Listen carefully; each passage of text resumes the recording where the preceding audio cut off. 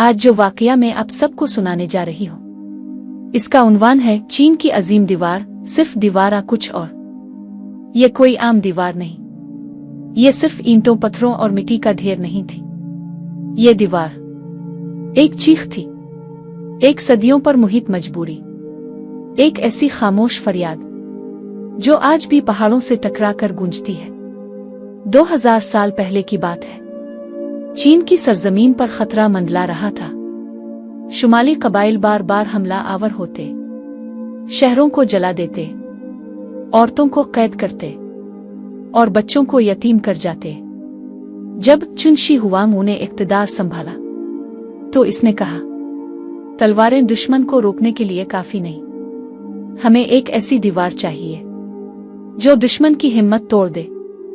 दीवार की तामीर शुरू हुई, लेकिन ईंटों से नहीं, इंसानों से। किसान, मजदूर, कैदी, गुलाम, सबको जबरदस्ती लाया गया।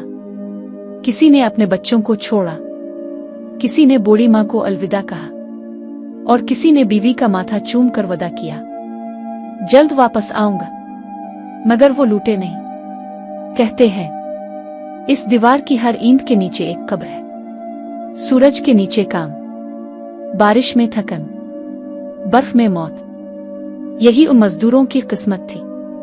फिर तारीख एक औरत का जिक्र करती है, मंज लियांग। इसका शौहर दीवार पर मजदूरी करने गया और वापस न आया। मंज लियांग ने हजारों मील का सफर तय किया, पहाड़, दरिया, तूफान, मगर वो राकी नहीं। जब वो दीवार पर पहुंची तो इसे सिर्फ सन्नाटा मिला। वो दीवार से लिपटी, रोई, चीखी, नलवाई और कहते हैं, दीवार का एक हिस्सा जमीन में धंस गया और उसका शौहर सिर्फ एक हड्डियों का ढांचा बनकर बाहर आया। यह दीवार गिर नहीं सकती थी, मगर एक बीवी की आह ने इसे हिला दिया। दीवार मुकम्मल हो गई, 21,000 किलोमीटर तवील, पहाड़ों को काटती, सहरा को चीरती, आसमान को छूती हुई। लेकिन सवाल यह है, क्या दुश्मन रुक गया? नहीं, क्योंकि दीवार जिस्म को रोक सकती है, सोच को नहीं। तो फिर ये दीवार क्यों बनी? क्या ये सिर्फ दिफा थी? नहीं, ये एक दर्स थी कि अगर कौम मुत्तहिद ना हो, अगर इंसाफ ना हो, अगर फैसले वक्त पर ना हो, तो दीवारें भी बेफायदा हो जाती हैं। आज ये दीवार सयाहों की दिलचस्पी का मरकज है।